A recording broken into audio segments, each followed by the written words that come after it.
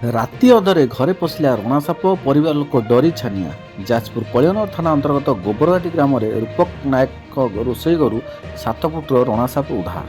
ସୂଚନା ମୁତାବକ ଘରେ ସମସ୍ତେ ଖାଇ ପିଇ ଶୋଇଥିବା ଯାଇଥିଲେ। ହଠାତ୍ କେହି ଜଣେ ରୋଷେଇ ଘରକୁ ସାପଟିକୁ ଦେଖି ପାଟି କରିବାକୁ ଲାଗିଲେ।